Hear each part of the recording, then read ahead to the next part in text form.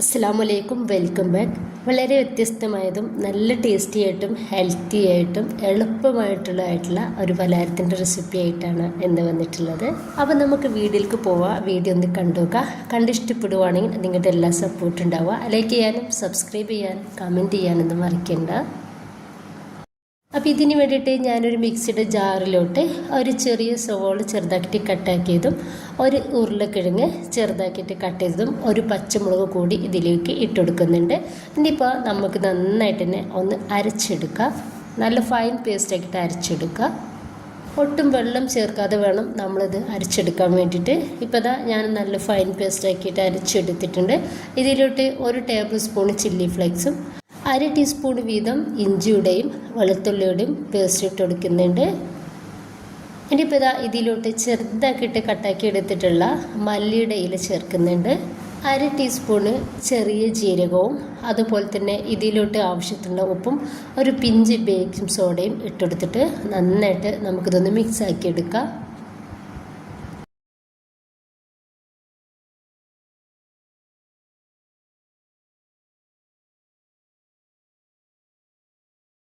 നന്നായിട്ട് മിക്സാക്കി കൊടുത്തതിന് ശേഷം ഇതിലോട്ട് 1 കപ്പ് ഗോതമ്പ് പൊടിയാണ് ഇട്ടുകൊടുക്കുന്നത്. ഇനിയിപ്പോൾ ഇതിലോട്ട് 1/2 കപ്പ് മൈദ കൂടി ചേർക്കുന്നുണ്ട്. എന്നിട്ടിത് നമുക്ക് നന്നായിട്ട് ഒന്ന് മിക്സാക്കി എടുക്കാം.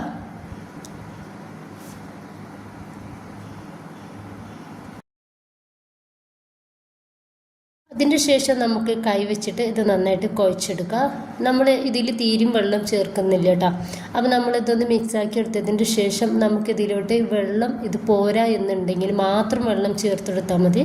അല്ല, നമ്മൾ അരച്ചെടുത്തിട്ടുള്ള ആ ഒരു വെള്ളത്തിൽ തന്നെ നമുക്കിത് കുഴച്ചെടുക്കാവുന്നതേ ഉള്ളൂ.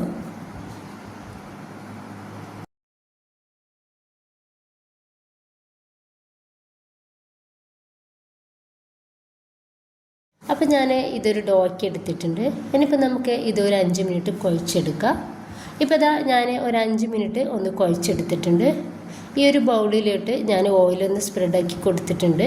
ഇനിയിപ്പോൾ ഇതിൻ്റെ മേലെയും നമ്മളിതാ കുറച്ച് ഓയിൽ ഇതുപോലെ ഒന്ന് തേച്ച് കൊടുക്കാം.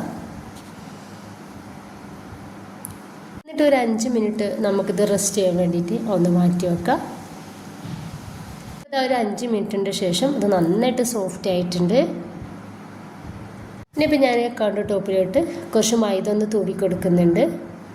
ഇപ്പം നിങ്ങൾക്ക് ഈ ഒരു ഗോതമ്പ് പൊടിയും മൈദയും മിക്സാക്കി എടുക്കേണ്ട ആവശ്യമില്ല കേട്ടോ. അപ്പോൾ ഒന്നെങ്കിൽ മൈദ മാത്രം എടുക്കുക, അതല്ലാന്നുണ്ടെങ്കിൽ ഗോതമ്പ് പൊടി മാത്രം എടുക്കാവുന്നതാണ്.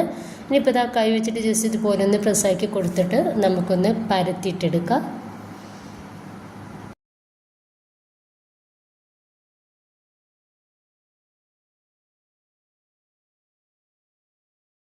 ഈ ഒരു തിക്നെസ്സിൽ ഞാനിതൊന്ന് പരത്തി എടുത്തിട്ടുണ്ട്.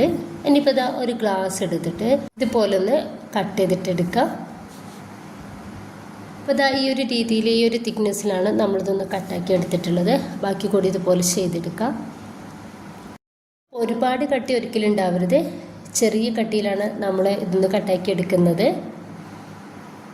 അപ്പോൾ ഇതാ ഞാനിതുപോലെ ഒന്ന് കട്ട് ചെയ്തിട്ട് എടുത്തിട്ടുണ്ട്. ഇനിയിപ്പോൾ നമുക്ക് ഇത് എണ്ണയിലിട്ടിട്ടൊന്ന് ഫ്രൈ ആക്കി എടുക്കാം. നന്നായിട്ട് ചൂടായിട്ടുള്ള എണ്ണയിലേക്ക് വേണം നമ്മളിത് ഇട്ട് കൊടുക്കാൻ വേണ്ടിയിട്ട്.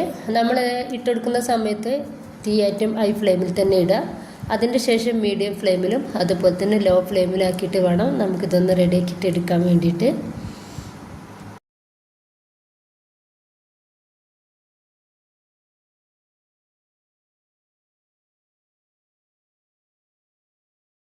അപ്പോൾ അതാ ഇതൊന്ന് റെഡി ആയിട്ടുണ്ട്. ഇനിയിപ്പോൾ നമുക്ക് എണ്ണയിൽ നിന്നും എടുത്തു മാറ്റാം. ബാക്കി കൂടി ഇതുപോലെ തന്നെ ചെയ്തെടുക്കാം.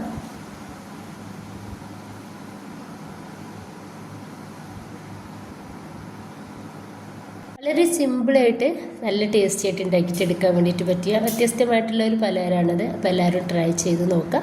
ഇഷ്ടമായിട്ട് നിങ്ങളുടെ എല്ലാ സപ്പോർട്ടും ഉണ്ടാവുക. ഇൻഷാ അല്ലാഹ്. ഓക്കെ.